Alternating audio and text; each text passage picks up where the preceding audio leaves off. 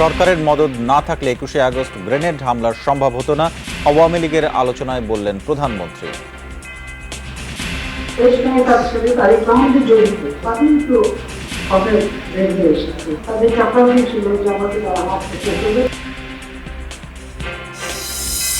সিনহা হত্যা মামলায় ওসি প্রদীপ সহ ৩ আসামি ঘটনাস্থলে গিয়ে দিলেন সেদিনের বর্ণনা। মাত্র ২ মিনিটেই গুলি করা হয় বলছেন র্যাব কর্মকর্তারা।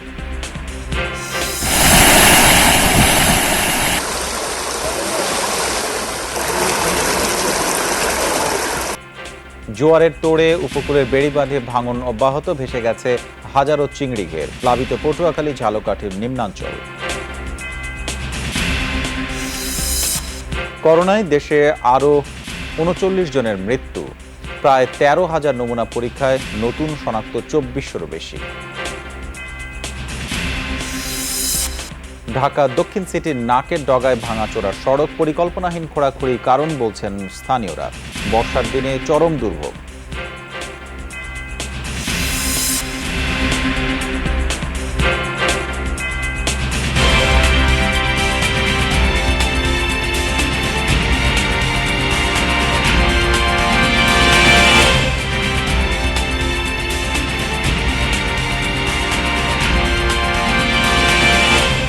আমন্ত্রণ জানাচ্ছে এখনকার যমুনা নিউজের শামসুজ্জোহা। শুরুতেই দেখছিলেন শিরোনামগুলো। দর্শক, আপনারা ঘরে কিংবা বাইরে যেখানে থাকুন, কিছুক্ষণ পরপর হ্যান্ড স্যানিটাইজার দিয়ে আপনার হাত জীবাণুমুক্ত করে নেবেন। যাচ্ছি পুরো খবরে। বিএনপি জামাত সরকারের মদদেই ২১শে আগস্ট গ্রেনেড হামলা চালানো হয়েছিল বলেছেন প্রধানমন্ত্রী শেখ হাসিনা। নৃশংস এই ঘটনায় তারেক রহমানের সম্পৃক্ততার কথা আটককৃতদের বক্তব্যের মাধ্যমেই প্রমাণিত। হামলায় আহতরা চিকিৎসা পাওয়ার পরিবর্তে পুলিশের নির্যাতনের শিকার হয়েছেন বলেও জানান শেখ হাসিনা। ভয়াল গ্রেনেড হামলায় নিহতদের প্রতি শ্রদ্ধা জানাতে বৃষ্টির মাঝেই সকালে বঙ্গবন্ধু এভিনিউয়ে জড়ো হয় আওয়ামী লীগের হাজারো নেতাকর্মী। প্রথমেই শ্রদ্ধা নিবেদন করা হয় আওয়ামী লীগের পক্ষ থেকে, পরে শ্রদ্ধা নিবেদন করে বিভিন্ন সহযোগী সংগঠন। দিনটি স্মরণে আলোচনা সভার আয়োজন করা হয় আওয়ামী লীগের কেন্দ্রীয় কার্যালয়ে, যাতে গণভবন থেকে ভিডিও কনফারেন্সে যোগ দেন প্রধানমন্ত্রী শেখ হাসিনা।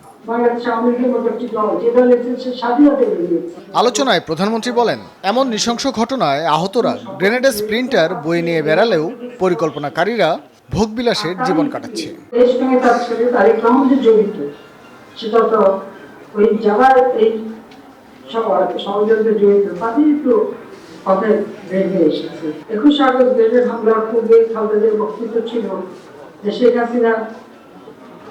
প্রধানমন্ত্রী তো বলেন কথা, বিরোধী দলের নেতাও কোনোদিন হতে পারবে না। এই ভবিষ্যৎবাণী খালেদা কিভাবে দিয়েছিল? কারণ তাদের চক্রান্তি ছিল যে আমাকে তারা হাত থেকে ফেলবে, তাহলে তারা কিছু হতে পারে, এটাই তাদের চক্রান্ত ছিল। ভয়াল সেই দিনের ঘটনা স্মরণ করতে গিয়ে আবেগতাড়িত হয়ে পড়েন প্রধানমন্ত্রী। জানি না এরকম অবস্থা করবে বাঁচতে পারে কিনা, আল্লাহ বোধহয় আমাদের নেতা কর্মীরা মানব ঢাল তৈরি করে সেটা আমাকে রক্ষা করেছে। হামলার একটা পর 13টা গ্রেনেড ছোড়া হয়, তাহলে একটা গ্রেনেড কিন্তু অক্ষত ছিল, একটা না আরো 2-3টে গ্রেনেড অক্ষত ছিল। সবচেয়ে দুর্ভাগ্য যে বিএনপি সরকার যদি এর সঙ্গে জড়িত নাই থাকে, তাহলে তারা আলামতগুলি কেন নষ্ট করবে? শেখ হাসিনা বলেন, ক্ষমতায় এসেই বিএনপি জামাত সন্ত্রাসের রাজত্ব শুরু করে, যার ফল হিসেবেই দেশের ইতিহাসে এমন নৃশংস ঘটনা। প্রধানমন্ত্রী সে দাঁড়িয়ে বলে দিল আবার কেউ মানবে, তখন তো প্রশ্ন হয় যে আপনি তো মানবেন, চেষ্টা করেছেন, ব্যর্থ হয়েছে, সেগুলো আর পাচ্ছেন না। সেদিন এরকম উচ্চতা ছিল কথা বলে আমাদেরকে কোনো কথা বলতে দেয় নাই এই হামলা সম্পর্কে। অথচ তখন আমাদের নেতাকর্মীরা, পার্লামেন্ট মেম্বাররা আহত অবস্থায় হাসপাতালে কাঁপছে, মৃত্যুর সঙ্গে লড়াই করছে। ক্ষমতায় থেকে বিএনপির নেতারা দুর্নীতির যে বিষবৃক্ষ তৈরি করেছে, তার ফল দেশবাসী এখনো পাচ্ছে বলেও উল্লেখ করেন প্রধানমন্ত্রী। ভাস্কর ভাদুরী, যমুনা নিউজ, ঢাকা। ২১শে আগস্টে ভয়াবহ গ্রেনেড হামলা মামলার রায় হয়েছে। বিভীষিকাময় দিনটি স্মরণ করে দ্রুত রায় কার্যকরের দাবি জানিয়েছেন আওয়ামী লীগের নেতাকর্মীরা। আর মামলায় দণ্ডপ্রাপ্ত তারেক রহমানকে লন্ডন থেকে দেশে ফেরাতে ব্রিটিশ সরকারের হস্তক্ষেপ চান দলটির শীর্ষ নেতারা। তাওহিদ মিথুনের রিপোর্ট।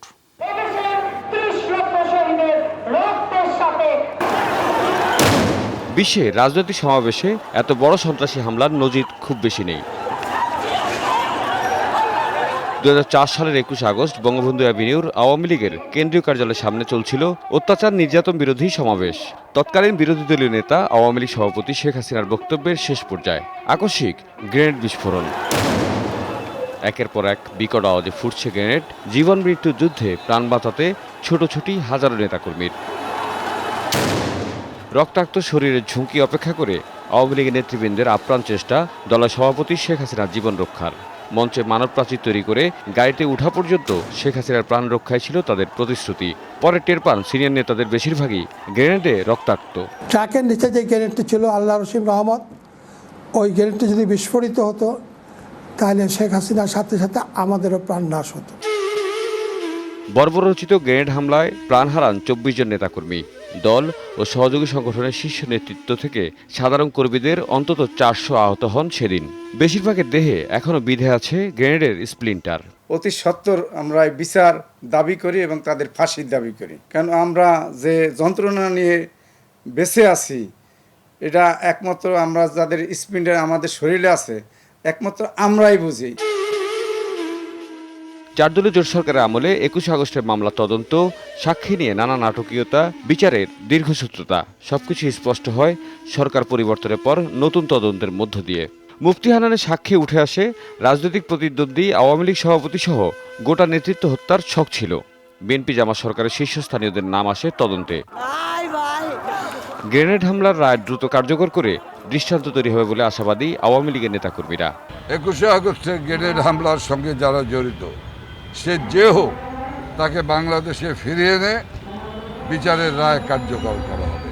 যুক্তরাজ্য সরকারের কাছে আমরা অনুরোধ করব যে তারেক রহমানকে বাংলাদেশে ফিরিয়ে দেওয়া হোক। আর তারেক রহমানের যদি সাহস থাকে বাংলাদেশে সে আইনগত মোকাবেলা করবে, এটা আমরা আশা করি। 21 আগস্ট প্রাণে বেঁচে যাওয়া বর্তমান প্রধানমন্ত্রী এখনও ক্ষত বয়ে বেড়াচ্ছেন। ঘটনা 16 বছর পরেও এক কানের চিকিৎসা করাতে হয় নিয়মিত। তাওহিদ মিথুন, যমুনা নিউজ, ঢাকা। 21 আগস্টের গ্রেনেড হামলার ঘটনা আন্তর্জাতিক ষড়যন্ত্র বলে দাবি করেছেন বিএনপি নেতারা। তারা বলেন, জাতীয়তাবাদী শক্তির বিরুদ্ধে অপপ্রচার চালানোর হাতিয়ার 21 আগস্ট। নয়াপল্টনে দলের কেন্দ্রীয় কার্যালয়ের সদ্য প্রয়াত বিএনপি নেতা আব্দুল মান্নানের স্মরণ সভায় নেতারা এসব কথা বলেন। দাবি করেন, এই ঘটনায় বিএনপিকে জড়ানো মাস্টার প্ল্যানের অংশ। রাজনৈতিক প্রতিহিংসায় গ্রেনেড হামলার মামলায় বিএনপির ভারপ্রাপ্ত চেয়ারম্যান তারেক রহমানের নাম জড়ানো হচ্ছে। আইন শৃঙ্খলা রক্ষাকারী বাহিনী নির্যাতন করে মুফতি হান্নানের কাছ থেকে মিথ্যা স্বীকারোক্তি আদায় করেছে বলেও অভিযোগ করেন বিএনপি নেতারা। এই মামলায় অ্যাক্টিং চেয়ারম্যানের নাম এটা প্রতিহিংসাবশত দেওয়া হয়েছে, আক্রোশবশত দেওয়া হয়েছে। তারেক রহমানকে জড়িত করেছেন রাষ্ট্র ক্ষমতায় এসে জোর করে, পিটিয়ে, টর্চার করে, উৎপীড়ন করে। Made in Bangladesh or made in India or made in Pakistan or made in somewhere. অর্থাৎ আমি কথাটা একটু বুঝাতে চাইছি যে এইটা বাংলাদেশের ভাবনার থেকে হয় নাই, এই ভাবনার পরিকল্পনা অন্য কোথাও আছে। অবসরপ্রাপ্ত মেজর সিনহার নিহতের ঘটনাস্থলে নিয়ে যাওয়া হলো হত্যা মামলার প্রধান 3 আসামিকে। এ সময় ওসি প্রদীপ সহ inspector Liaquat, SI Nandadulal major সিনহার ভাগ্যে কি হয়েছিল তা স্পটে বর্ণনা করেন। তদন্তকারীরা বলছেন, মাত্র 2 মিনিটে ঘটে গুলির ঘটনা। ওই সময় প্রতি মুহূর্তে যা ঘটেছিল সেসব প্রশ্নের উত্তর খুঁজছেন তারা। এতেই বোঝা যাবে হত্যা তাৎক্ষণিক নাকি পরিকল্পিত। কক্সবাজার থেকে মনিরুল ইসলামের রিপোর্ট, ক্যামেরায় ছিলেন বাজিদ ইসলাম পলিন। যে মেরিন ড্রাইভে নিয়মিত দম্ভের সাথে বন্দুকযুদ্ধে লিপ্ত হতেন বরখাস্ত হওয়া ওসি প্রদীপ, সেই মেরিন ড্রাইভে হাত কড়া পড়ে আসামির বেশে আবারও আসলেন ওসি প্রদীপ এবং তার সাথে আসলেন ইন্সপেক্টর লিয়াকত এবং এসআই নন্দদল রক্ষিত। ওই দিন 31 জুলাই রাতে ঠিক কী ঘটেছিল সেটিরই উপস্থাপনার একটা অংশ নিচ্ছে তদন্তকারী দল।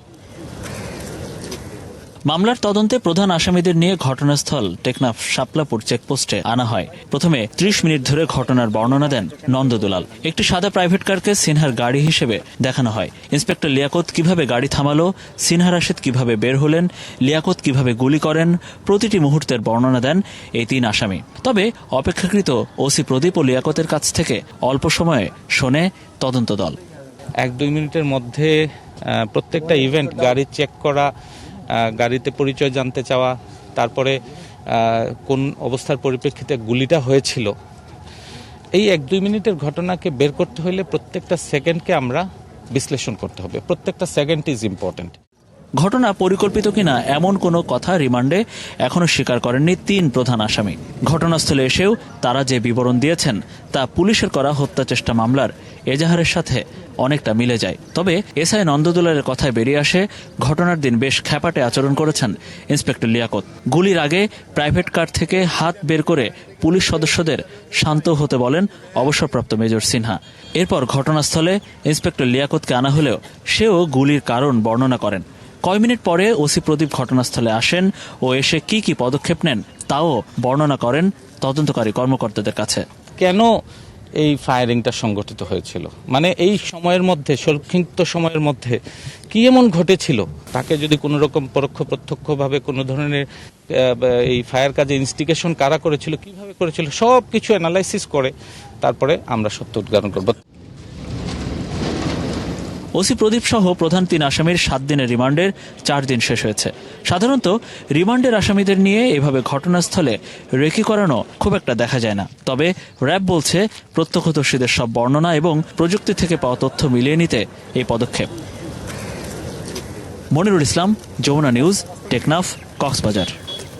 টেকনাফ থানার বরখাস্ত ওসি প্রদীপ কাণ্ডের পর একে একে ফাঁস হচ্ছে চট্টগ্রাম পুলিশি হয়রানি এবং নির্যাতনের চাঞ্চল্যকর নানা তথ্য। মুখ খোলার পাশাপাশি আইনের আশ্রয় নিচ্ছেন ভুক্তভোগীরা। সবশেষ চট্টগ্রামে মামলা হয়েছে 8 পুলিশের বিরুদ্ধে, ফাঁস হয়েছে চাঁদা চেয়ে ফোনালাপের রেকর্ড। গত 13 জুলাই রাতে বায়েজিদ এলাকার একটি বাসায় জমি বিক্রি সংক্রান্ত বৈঠক করছিলেন আব্দুল ওয়াহেদ সহ 4 জন। তাদের দাবি টাকা লেনদেন হচ্ছে মনে করে সেখানে হানা দেয় সাদা পোশাকধারী পুলিশ। 4 জনকেই গাড়িতে তুলে জনপ্রতি 2 লাখ টাকা দাবি করে পুলিশ সদস্যরা। টাকা না পেয়ে মারধরের পাশাপাশি ক্রসফায়ারেরও হুমকি দেয়া হয়। সব শেষে 20-25 পিস ইয়াবা উদ্ধার দেখিয়ে মামলায় ফাঁসিয়ে দেয়া হয় 4 জনকে। চালান করার পূর্বে অমিত ভট্টাচার্য এসে বলতেছে যে হয়তো তোদেরকে এত পিস করে আমি ইয়াবা ট্যাবলেট চালান করছি। তা আমি বলতেছি আমরা তো, আমাদের কাছে আপনি কোনো ইয়াবা পান নাই, জব্দ তালিকা দেখে আমাদেরকে এই ধরনের মামলা কেন দিচ্ছেন আমাদের বাপমূর্তি ক্ষুণ্ণ করার জন্য। প্রথম বলছে যে 2 লক্ষ টাকা লাগবে আমাদেরকে সারি দিতে হলে 2 লক্ষ টাকা। পরবর্তী বলতেছে কি কত পারবি, কমতে ওনার সাথে একটা বাড়াবাড়ি পর্যায়ে গেছে। লাস্টে বলো যে এদেরকে চালান দিতে হবে। এক পর্যায়ে মামলা হালকা করে দেওয়ার কথা বলে পরিবারের কাছে মোবাইল ফোনে 5,000 টাকা ঘুষ দাবি করে পুলিশের আরেক সদস্য। এখন মামলা হয়ে গেছে, আয়ু হচ্ছে মন্ডল, বুঝলেন? তো এখন ওর সাথে কথা বললাম, ওরে 1000 টাকা দিয়ে দাও। হ্যাঁ, মামলার এজাহারে প্রথম সাক্ষী দেখানো হয় বায়েজিদের একটি পোশাক কারখানা শ্রমিক রুবেলকে। অথচ ঘটনার কিছুই জানেন না বলে দাবি তার। কোনো ঘটনা দেখছো? না স্যার, আমি এই সম্বন্ধে কোনো কিছু দেখিনি। তুমি কি একটা মামলার সাক্ষী, এটা তুমি জানো? না স্যার, আমি তো জানি না এই সম্বন্ধে। এ মামলায় মাসখানেক কারাভোগ শেষে জামিনে মুক্তি পান 4 জন। বায়েজিদ থানার ওসি তদন্ত শহীদুল ইসলাম সহ 8 পুলিশের বিরুদ্ধে মামলা করেন আদালতে। সিএমপি ডিসিকে ঘটনা তদন্তের নির্দেশ দিয়েছে আদালত। আমরা ডিসি নওয়াজ সাহেবের কাছে এই মামলার সুষ্ঠু তদন্ত দাবি করতেছি এবং অপকৃত অপরাধীদের শাস্তি হোক। এ বিষয়ে বক্তব্য নিতে বায়েজিদ থানায় গেলে ওসি তদন্ত শহীদুল ইসলাম সহ অভিযুক্ত কাউকেই পাওয়া যায়নি, সাড়া দেননি ফোনেও।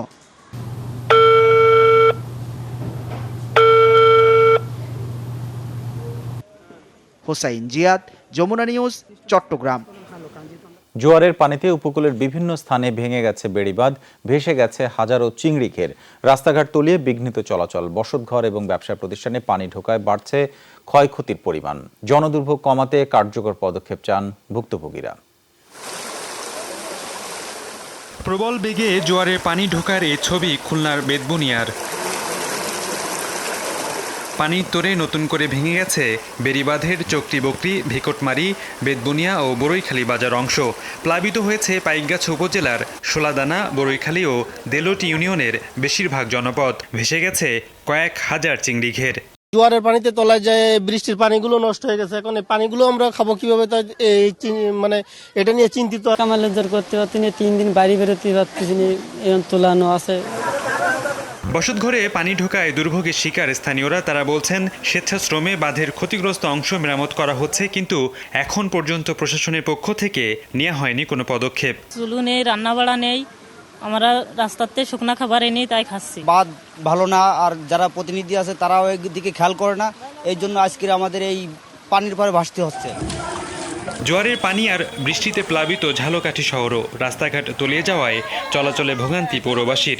সুগন্ধা ও বিষখালীর পানি উপচে তলিয়ে গেছে 4 উপজেলার শতাধিক গ্রাম। বসতঘরে পানি ঢোকায় বিপাকে বাসিন্দারা। নদীর জোয়ারে আমার ঘর তলায় গেছে, আমার এখন চলন ফেরনে অনেক অসুবিধা। আমি মাল জিনিস এই খাটের উপর উঠেই রাখছি। গরু বাছুর ধান চাল সব বেশি গেছে, কোনো বান্নে বন্দি নেই, খাওয়া নেই। পটুয়াখালী শহরসহ জেলার অন্তত 10টি গ্রামে ঢুকে পড়ে জোয়ারের পানি। নবাবপাড়া, শিমুলবাগান সহ বিভিন্ন পাড়া মহল্লায় হাঁটু সমান পানি জমায় বিঘ্নিত হয় চলাচল। বেচা বিক্রি কমে যাওয়ায় আর্থিক ক্ষতির মুখে ব্যবসায়ীরা। পানিতে আমাদের প্রতি বছরই এরকম সমস্যা দেখা যায়, রাত্রে একবার ওঠে, আবার দিনে একবার। আমাদের কাস্টমার আসতে পারতেছে না এবং মালামালের প্রচন্ড ভর্তি হচ্ছে প্রতি বছর। সাতক্ষীরার প্রতাপনগর ও গাবরা ইউনিয়নে প্লাবিত এলাকায় বাড়ছে চিংড়ি চাষির দীর্ঘশ্বাস। আগামীতে কিভাবে ঘুরে দাঁড়াবেন তা নিয়ে দুশ্চিন্তায় তারা। নিচের পানি, উপরের বর্ষার পানি, আসলে বেঁচে থাকার মতো, এত কষ্ট করে বেঁচে থাকার মতো যায় না। মানুষ সব শহরের দিকে চলে যাচ্ছে, গ্রামে আর বসবাস করার মতো তাদের পরিস্থিতি নেই। জোয়ারের পানিতে তলিয়ে যায় বন্দরনগরীর আগ্রাবাদ, সিডিএ, চাকতায়, খাতুনগঞ্জ ও হালি শহরের নিচু এলাকা। স্থানীয়রা বলছেন কর্ণফুলী নদীর সাথে সংযুক্ত খালগুলোতে স্লুইস গেট নির্মাণ না করলে মুক্তি মিলবে না এই জলাবদ্ধতা থেকে। রাকিব খান, যমুনা নিউজ। দেশে করোনা ভাইরাসে আক্রান্ত হয়ে গত 24 ঘন্টায় 39 জন মারা গেছেন। নতুন করে শনাক্ত হয়েছে আরও 2401 জন। স্বাস্থ্য অধিদপ্তরের সংবাদ বিজ্ঞপ্তিতে জানানো হয়েছে এ পর্যন্ত কোভিড-19 আক্রান্ত হয়ে প্রাণ হারিয়েছে ৩,৮৬১ জন, আর সর্বমোট শনাক্ত করোনা রোগীর সংখ্যা 2,90,360 জন। 12,943 জনের নমুনা পরীক্ষা করে এসব তথ্য জানায় স্বাস্থ্য অধিদপ্তর। 24 ঘন্টায় সুস্থ হয়েছেন 3,624 জন। সব মিলিয়ে সুস্থ হয়ে বাড়ি ফিরেছেন প্রায় 2.25 লাখ। 24 ঘন্টায় যে 39 জন মারা গেছেন তাদের মধ্যে 27 জন পুরুষ এবং মহিলা 12 জন। 5 মাস পর শর্ত সাপেক্ষে খুলে দেওয়া হয়েছে বান্দরবানের পর্যটন কেন্দ্রগুলো।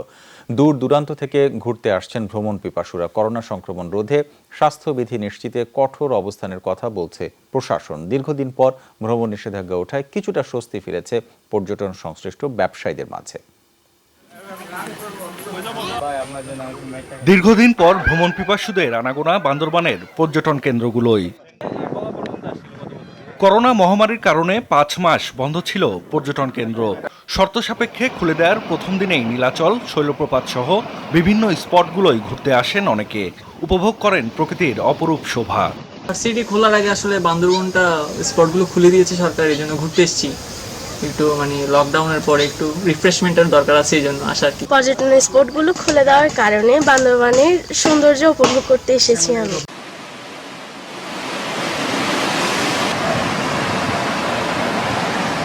পর্যটন কেন্দ্রগুলো খুলে দেয় কিছুটা স্বস্তি ফিরেছে হোটেল মোটেল ব্যবসায়ীদের মাঝে। ক্ষতি পুষিয়ে ঘুরে দাঁড়ানোর আশায় তারা। গেস্টরা আমাদের হোটেলে বুকিং দেওয়া শুরু করছে, ইতিমধ্যে গতকাল থেকে আমাদের হোটেলে গেস্ট ওঠা শুরু করছে। যেহেতু দীর্ঘদিন ধরে 5 মাস পর্যন্ত বন্ধ ছিল, প্রচারটা এখনো সেভাবে হয়নি। সম্মানিত পর্যটকরা যদি জানতে পারেন তাহলে আস্তে আস্তে বান্দরবান আসতে শুরু করবেন। স্বাস্থ্যবিধি মানাতে নিয়মিত ভ্রাম্যমাণ আদালত পরিচালনার কথা বলছে প্রশাসন। যথাযথ নিয়ম মেনে চলে আপনারা পর্যটন স্পটগুলোতে যান। আর আদারওয়াইজ আইন শৃঙ্খলা রক্ষাকারী বাহিনী, ভ্রাম্যমাণ আদালত যদি আপনারা সেগুলো পালন না করেন, ভ্রাম্যমাণ আদালত তাদের যথাযথ আইন অনুযায়ী ব্যবস্থা নেবে।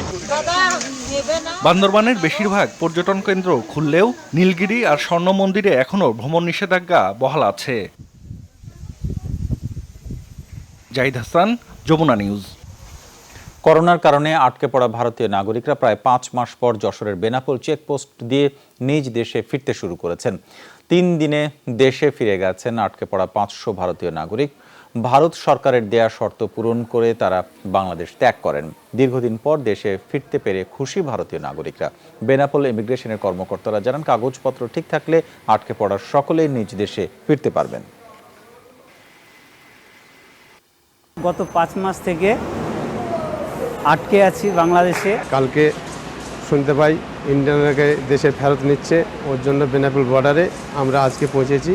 আমরা আজকে পার হয়ে ইন্ডিয়া যাব। খুব ভালো লাগছে, এখন ইন্ডিয়া ফিরছি, নিজের দেশে ফিরছি। তাদের ভারতীয় হাই কমিশন ওয়েবসাইটে একটা ফর্ম আছে, রেজিস্ট্রেশন ফর রিপ্যাট্রিয়েশন। ওই ফর্মটা পূরণ করে সঙ্গে নিয়ে আসতে হবে। নিয়ে আসলে আমরা ইমিগ্রেশন করে দেব এবং ওইভাবেই এখনও ইমিগ্রেশন কার্যক্রম চলছে। টানা তৃতীয় দিনের মতো করোনা ভাইরাসে 6,000-এর বেশি মৃত্যু দেখল বিশ্ব। এ নিয়ে বিশ্বজুড়ে মৃতের সংখ্যা 8 লাখের কাছাকাছি। নতুন 2,68,000 রোগী শনাক্তে মোট আক্রান্ত 2,29 লাখের মতো। দিনে সর্বোচ্চ 1200-এর বেশি মৃত্যু দেখল ব্রাজিল। মোট প্রাণহানি 1,12,500। আক্রান্ত 35 লাখেরও বেশি। কয়েকদিনের ধারাবাহিকতায় রোগী শনাক্তের শীর্ষে ভারত। 24 ঘন্টায় 68,500-এর বেশি মানুষের শরীরে মিলল কোভিড। প্রাণহানি 55,000 ছাড়ালো। যুক্তরাষ্ট্রে প্রাণহানি 1,77,000, আক্রান্ত 57.5 লাখ। এদিকে ইতালি এবং ফ্রান্সে নতুনভাবে ঘটছে করোনার বিস্তার। কোভিড-19 নির্মূলে চীনের তৈরি ভ্যাকসিন সহজলভ্য হবে সারা বিশ্বে। শুক্রবারের তথ্য জানায় চায়না ন্যাশনাল ফার্মাসিউটিক্যালস। বৃহস্পতিবার পেরুতে পরীক্ষামূলক করোনা ভ্যাকসিনের 3য় পর্যায়ের ট্রায়াল শুরু করে এই প্রতিষ্ঠানটি, যাতে সহযোগিতা করছে দেশটির শীর্ষ বিশ্ববিদ্যালয়গুলো। এপ্রিলে ভ্যাকসিনের সফল পরীক্ষা হয় সংযুক্ত আরব আমিরাতে। 28 দিনের বিরতিতে 2 ডোজ প্রয়োগে ভ্যাকসিনটি সর্বোচ্চ কার্যকর মিলেছে প্রমাণ। করোনায় 27,000 মানুষ মারা গেছে পেরুতে, আক্রান্ত 6.25 লাখ।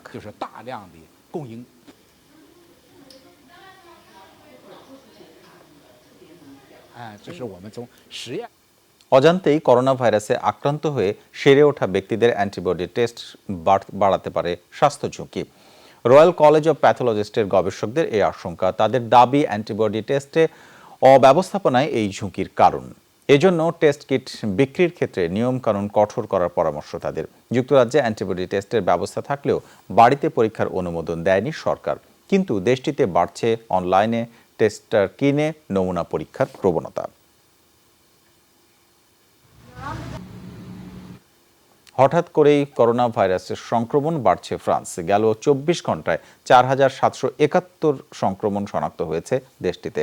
মে মাসের পরে এই প্রথম দেশটির দৈনিক সংক্রমণ 4,000-এর উপরে। আগস্টের মাঝামাঝি থেকেই সেখানে ভাইরাস বৃদ্ধির প্রবণতা লক্ষ্য করা যাচ্ছে। একে মহামারীর সেকেন্ড ওয়েভ বলেও মনে করছেন অনেকে। ফরাসি স্বাস্থ্য মন্ত্রণালয় জানিয়েছে, নমুনা পরীক্ষার হার ব্যাপকভাবে বাড়ানো হয়েছে। গত এক সপ্তাহে 6,64,000 নমুনা পরীক্ষা হয়েছে। লকডাউন পরবর্তী রেকর্ড সংক্রমণ হয়েছে স্পেন, জার্মানি এবং ইতালিতেও। ঢাকা দক্ষিণ সিটি কর্পোরেশনের নাকের ডগায় বেহাল সড়ক। দিন যায়, মেয়র আসে, মেয়র যায়, থাকে শুধু দুর্ভোগ।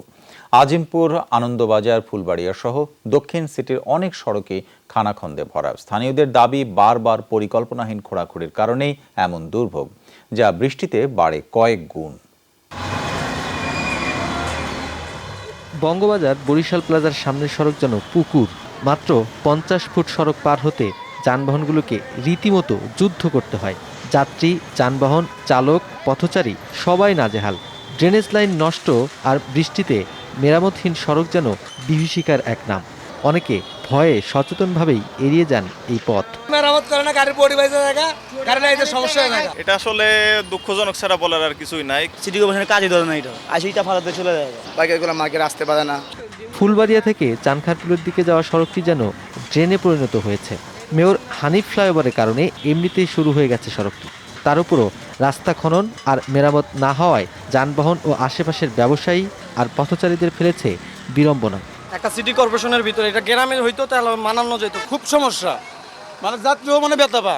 রোড খারাপ বহুত দিন ধরে, গাড়ি চালানো অনেক কষ্ট হয়। ভাঙ্গা আছে, কেউ তো ঠিকঠাক করতেছে না, কেউ আসে হয়তো দেখা জায়গা।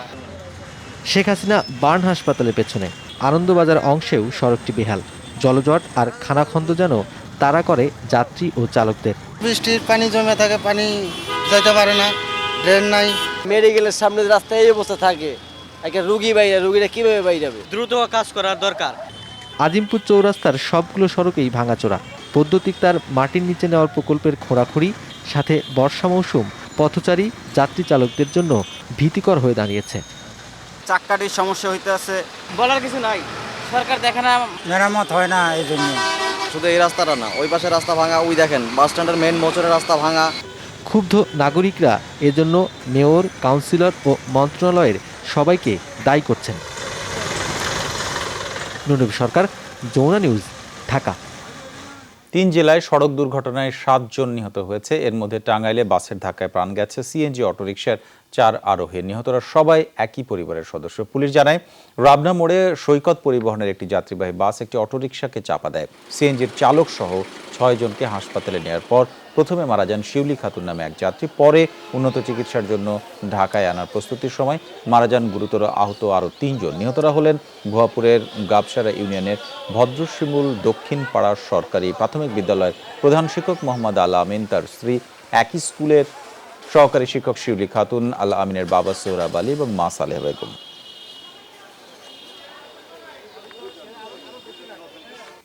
শ্বশুর, শাশুড়ি আর বাসুর আর চাও সব মারা গেছে। সুষ্ঠু তদন্ত করে আমরা আগে বিচার করব, সর্বোচ্চ পর্যায়ে যেতে হয় তবু আমরা যাব।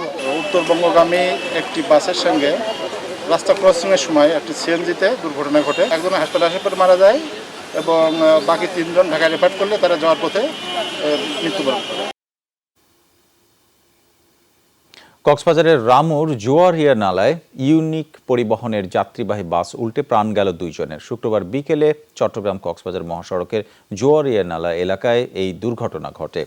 রামু ফায়ার সার্ভিস স্টেশনের কর্মকর্তা জানান, ঘটনাস্থলে মারা গেছেন 1 জন। হাসপাতালে নেয়ার পথে আরও 1 জনের মৃত্যু হয়। এদিকে দিনাজপুরের সড়কে প্রাণ গেছে আরও 1 জনের। সংস্কারের অভাবে বেহাল লক্ষ্মীপুর মজু চৌধুরী হাট আঞ্চলিক মহাসড়ক। খানাখন্দে ভরা রাস্তায় চলতে গিয়ে প্রায়ই ঘটছে দুর্ঘটনা। চলাচলকারীরা বলছেন, গন্তব্যে পৌঁছাতে সড়কটি ব্যবহার করতে হবে, এটা ভাবতেই ভর করে আতঙ্ক। জনদুর্ভোগ কমাতে দ্রুত সড়ক সংস্কারের আশ্বাস দিয়েছে সড়ক বিভাগ। সড়কের বিভিন্ন স্থানে কার্পেটিং উঠে সৃষ্টি হয়েছে বড় গর্তের, ফলে সামান্য বৃষ্টিতে তৈরি হচ্ছে জলাবদ্ধতা। সংস্কারের অভাবে চলাচলের অনুপযোগী হয়ে পড়েছে লক্ষ্মীপুর মজু চৌধুরী হাট সড়ক। স্থানীয়রা বলছেন, বর্ষায় পানিতে ডুবে থাকা সড়ক যেন পরিণত হয় মরণ ফাঁদে। দুর্ঘটনায় প্রায়ই ঘটে প্রাণহানির ঘটনা। গাড়ি, বাস, ট্রাক, সিএনজি থেকে শুরু করে সকল যাত্রীদের দুর্ভোগ পোহাতে হয়। অবহেলিত রাস্তাটি ভাঙাচোরা, এখানে একটু বৃষ্টি হলে হাঁটু জল পানি জমে যায়। রাস্তাতে চলার মতো না, তেমন অবস্থা লাগে কি মাছ চাষ করেন। ক্ষতিগ্রস্ত সড়কটির দৈর্ঘ্য মাত্র 10 কিলোমিটার, কিন্তু বেহাল এ পথ হয়ে গন্তব্যে পৌঁছাতে লাগে দীর্ঘ সময়। চালকরা বলছেন, এই সড়কে চলতে হবে এ বিষয়ে ভাবতেই ভর করে আতঙ্ক, প্রায় বিকল হচ্ছে যানবাহন। গাড়ি কাজ কাম করার লাগে, চাক্কা পাঞ্চারে পাত্তি ভাঙে, কাজ না করলে রোডে এইভাবে গাড়ি চালানো যাবে না। ভীষণ খারাপ, এখান দিয়ে মানে গাড়ি নিয়ে কোনো মতে আসা যায় না। রোড গাড়ি নিয়ে আসলে যেমন মনে হয় যাই হোক পল্টি খাবে। জনদুর্ভোগের কথা জানা আছে সড়ক বিভাগের কর্মকর্তার, বলেন দ্রুত শুরু হবে আঞ্চলিক এই মহাসড়কের মেরামত কাজ। প্রায় 100 কোটি টাকার ডিপিপি পাশে আসছে, এস্টিমেটে গিয়ে কিছুটা কমছে। ওয়ার্ক অর্ডার হয়ে গেলে আমরা প্রেসারাইজ করতে পারবো, সিটি লিখতে পারবো কন্ট্রাক্টর সারফেসটা ঠিক করে দেওয়ার জন্য। বিকল্প পথ হিসেবে এই সড়ক ব্যবহার করে দক্ষিণাঞ্চলের বিভিন্ন জেলার মানুষ। রাকিব খান, যমুনা নিউজ। বান্দরবান শহরের পুরবী বার্মিজ মার্কেটে আগুন লাগার ঘটনা ঘটেছে, তবে এতে কেউ হতাহত হননি।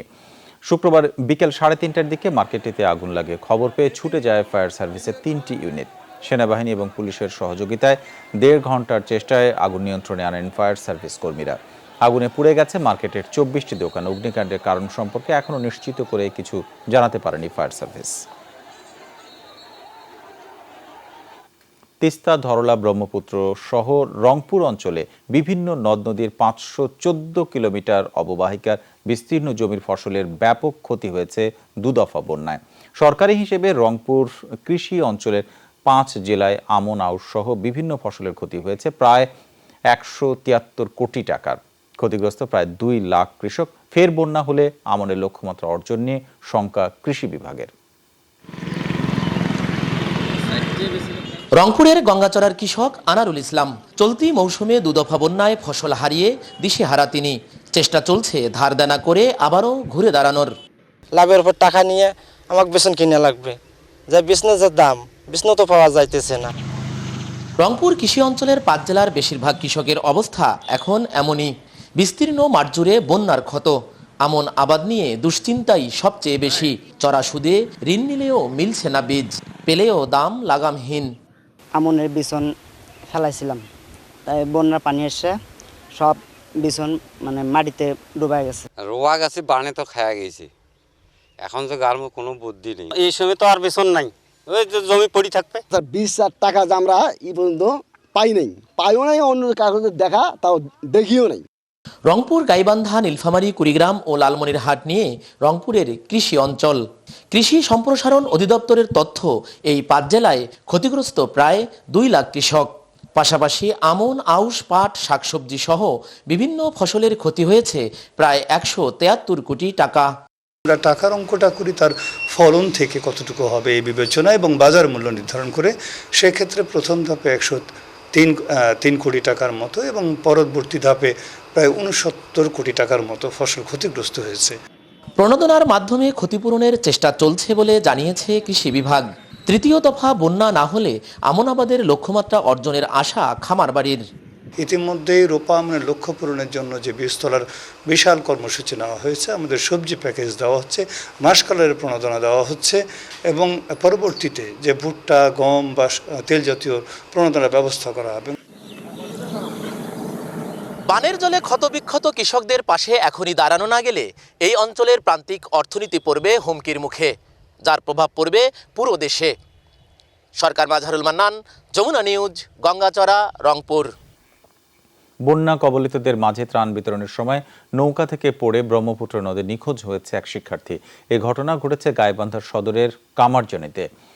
স্থানীয়রা জানায়, গোঘাট গ্রামে ব্রহ্মপুত্র নদের ভাঙন এবং বন্যা কবলিতদের ত্রাণ বিতরণের আয়োজন করা হয়। এ সময় সহপাঠী সহ অন্যান্য শিক্ষার্থীদের সঙ্গে নৌকায় করে ত্রাণ বিতরণে ব্যস্ত ছিল নিশাত, কিন্তু হঠাৎ নৌকা থেকে ব্রহ্মপুত্র নদে পড়ে যায় সে।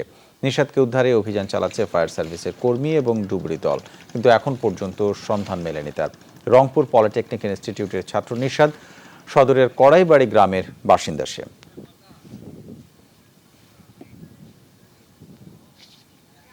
আসন্ন মার্কিন প্রেসিডেন্ট নির্বাচন আলো বনাম অন্ধকারের লড়াই। ন্যাশনাল কনভেনশনের সমাপনীতে এই অভিযোগ ডেমোক্র্যাট প্রার্থী জো বাইডেনের। বলেন, সমাজে বিভক্তি ছড়াচ্ছেন ট্রাম্প, সর্বসাধারণের জন্য কাজ করার অঙ্গীকার তার। প্রতিক্রিয়ায় ডোনাল্ড ট্রাম্প বলেছেন, কথা ও কাজে মিল নেই প্রতিপক্ষের।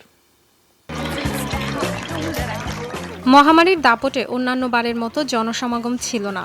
নিজ শহর উইলমিংটনে প্রায় ফাঁকা ইভেন্ট সেন্টারে ভাষণ দিলেন মার্কিন প্রেসিডেন্ট নির্বাচনে ডেমোক্র্যাট প্রার্থী জো বাইডেন।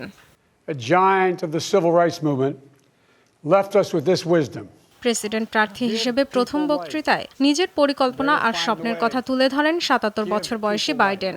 যদিও বক্তব্যের বড় অংশ জুড়েই ছিল প্রেসিডেন্ট ট্রাম্পের সমালোচনা। একজন দায়িত্বজ্ঞানহীন প্রেসিডেন্ট, যিনি কঠিন পরিস্থিতিতে নেতৃত্বের বদলে অন্যের ঘাড়ে দোষ চাপিয়ে দেন, একনায়কের মতো আচরণ করেন, ঘৃণা আর বিভক্তির চর্চা করেন, জনগণকে নয় নিজেকে নিয়েই ভাবেন। মানুষের মাঝে ক্ষোভ, হতাশা আর বিভক্তির পাহাড় গড়ে তুলেছেন তিনি। 3 নভেম্বরের নির্বাচনকে অন্ধকারের বিরুদ্ধে লড়াই হিসেবে অভিহিত করেন বাইডেন, ডাক দেন ঐক্যের। দীর্ঘ বক্তৃতায় মহামারী আর অর্থনৈতিক দুর্দশার ক্ষত সারিয়ে তোলার প্রতিশ্রুতিও দেন ডেমোক্র্যাট প্রার্থী। এবার আমাদের সময়, সবাই মিলে আমেরিকার অন্ধকার সময়কে দূর করব। আতঙ্কের বিরুদ্ধে প্রত্যাশা, মিথ্যার বিরুদ্ধে সত্য আর সুবিধাভোগীদের বিরুদ্ধে স্বচ্ছতাকে বেছে নেব। এটা জীবন পরিবর্তনকারী নির্বাচন, যা নির্ধারণ করবে আরো বহু বছর আমেরিকাকে কিভাবে দেখতে চাই। বাইডেনের বক্তব্যের মাধ্যমে শেষ হলো 4 দিনের ডেমোক্র্যাট ন্যাশনাল কনভেনশন। আনুষ্ঠানিকভাবে মনোনয়ন গ্রহণের দিনে বাইডেনের পাশে ছিলেন রানিং মেট কমলা হ্যারিস। প্রতিদ্বন্দ্বী প্রার্থীর বক্তৃতার পরপরই টুইট বার্তায় সমালোচনা করেছেন প্রেসিডেন্ট ট্রাম্প। তার দাবি, 47 বছর ধরে কেবল মুখে বড় বড় কথাই বলে গেছেন Biden. Dorothy Tasrin, Jamuna news. এদিকে যুক্তরাষ্ট্রের রাজনৈতিক ইতিহাসে প্রথমবার অশ্বেতাঙ্গ কমলা হ্যারিস ভাইস প্রেসিডেন্ট পদে মনোনয়ন পাওয়ায় উচ্ছ্বসিত ভারতীয়রা। ব্যানার পোস্টার টাঙিয়ে রীতিমতো চলছে উল্লাস। মার্কিন প্রেসিডেন্ট নির্বাচনের উত্তাপ ভারতের তামিলনাড়ুতেও। ভাইস প্রেসিডেন্ট পদে কমলা হ্যারিস মনোনয়ন পেয়ে ইতিহাস গড়ায় উল্লাস ভারতীয় বংশোদ্ভূত এই রাজনীতিবিদকে নিয়ে। কমলা হ্যারিস ভারতীয় বংশোদ্ভূত, তার অবশ্যই জয়ী হওয়া উচিত। রামেশ্বরমের জনগণের পক্ষে ভগবানের কাছে প্রার্থনা করছি তার জয়ের জন্য। আমরা প্রার্থনা চালিয়ে যাব। ব্যানার পোস্টার টাঙানোর পাশাপাশি চলছে বিশেষ প্রার্থনাও। যুক্তরাষ্ট্রের ওকল্যান্ডে জন্ম নেওয়া কমলা হ্যারিসের মা শ্যামলা গোপালন ভারতীয়। তৎকালীন মাদ্রাজের পাইগান্ডু গ্রামে জন্ম নেয় এই নারী যুক্তরাষ্ট্রে এসে বিয়ে করেন জ্যামাইকান বংশোদ্ভূত ডোনাল্ড হ্যারিসকে। তাই কমলা হ্যারিসকে নিজেদের বলে মনে করছেন তামিলনাড়ুর সাধারণ মানুষ। কমলার মা তাকে সঠিক শিক্ষাই দিয়েছেন, ফলে কমলা হ্যারিস মানুষের সেবায় নিজেকে নিয়োজিত করেছে, আর সেটাই তাকে এতদূর নিয়ে এসেছে। এমন মানুষ যদি যুক্তরাষ্ট্রের ভাইস প্রেসিডেন্ট হতে পারেন, ভারতের জন্য এর চেয়ে ভালো আর কিছুই হতে পারে না। এর আগে ডেমোক্রেটিক দল থেকে মনোনয়ন পেয়ে অনন্য ইতিহাস গড়েন কমলা হ্যারিস। আসন্নের নির্বাচনে তিনি প্রথম অশ্বেতাঙ্গ এশীয় ভাইস প্রেসিডেন্ট পদপ্রার্থী। মীর মুশফিক হাসান, যমুনা নিউজ। রাশিয়ার প্রধান বিরোধী নেতা অ্যালেক্সেই নাভালনির অসুস্থতা নিয়ে তোলপাড় বিশ্ব রাজনীতি। অভিযোগ, পুতিনের কট্টর সমালোচকের দেহে পরিকল্পিতভাবে বিষ প্রয়োগ করা হয়েছে। কোমায় থাকা নাভালনির চিকিৎসায় ইচ্ছুক জার্মানি পাঠিয়েছে এয়ার অ্যাম্বুলেন্সও। টোমস্ক থেকে মস্কোতে ফিরছিলেন নাভালনি। টোমস্কের এই বিমানবন্দরেই একটি ক্যাফেতে চা পান করেন তিনি। পরে বিমানে অসুস্থ হয়ে পড়লে সাইবেরিয়ান শহর ওমস্কে জরুরি অবতরণ করে তাকে বহনকারী ফ্লাইটটি। আশঙ্কাজনক অবস্থায় ওমস্কের একটি হাসপাতালে চিকিৎসকদের নিবিড় পর্যবেক্ষণে আছেন নাভালনি। কোমায় চলে গেছেন, ভেন্টিলেটরে শ্বাস প্রশ্বাস চলছে। তার অসুস্থতার কারণ জানা যায়নি। সর্বোন্নত চিকিৎসা নিশ্চিতে তাকে অন্য হাসপাতালে স্থানান্তরের চেষ্টা চলছে। ক্রেমলিনের পক্ষ থেকে নাভালনির দ্রুত আরোগ্য কামনা করে বিবৃতি দেয়া হলেও পুতিন প্রশাসনের বিরুদ্ধে অভিযোগ উঠেছে কট্টর সমালোচককে সরাতে পরিকল্পিতভাবে বিষ প্রয়োগ করা হয়েছে। স্বৈরাচারী শাসন ব্যবস্থার বিরুদ্ধে নাভালনির কণ্ঠ সবচেয়ে জোরালো, আর ভ্লাদিমির পুতিনের রাজনৈতিক প্রতিদ্বন্দ্বীদের দমনে বিষ প্রয়োগে হত্যা তো সোভিয়েত আমলের পুরনো কৌশল।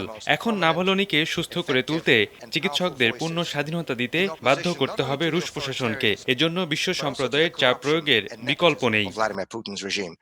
বিষয়টি নিয়ে তৎপরতা শুরু করেছে ইউরোপের বিভিন্ন দেশ।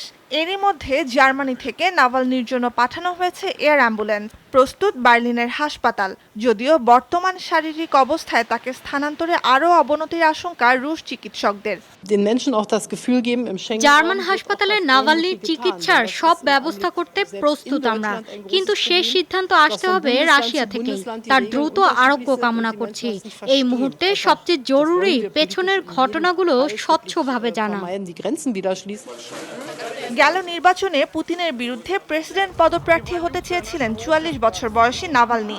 তবে আদালতের নিষেধাজ্ঞায় প্রার্থিতা বাতিল হয় তার।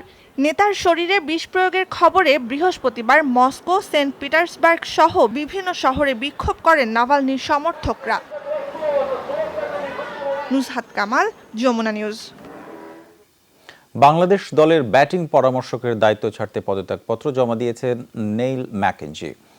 করোনা মহামারীর মধ্যে পারিবারিক কারণ দেখিয়েছেন সাবেক এই প্রোটিয়া।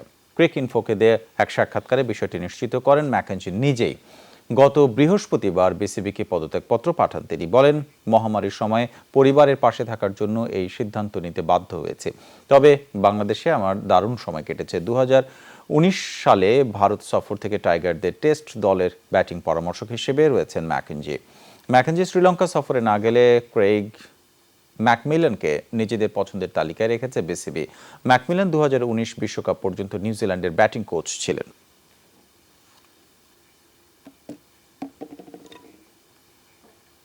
এই সঙ্গে শেষ করছে এখনকার যমুনা নিউজ। যেতে যেতে আরেকবার মনে করে দিতে চাই, ঘরে বাইরে যেখানেই থাকুন কিছুক্ষণ পরপর অবশ্যই হ্যান্ড স্যানিটাইজার দিয়ে আপনার হাত জীবাণুমুক্ত করে নেবেন। এতক্ষণ আমাদের সঙ্গে থাকার জন্য আপনাদের সবাইকে ধন্যবাদ।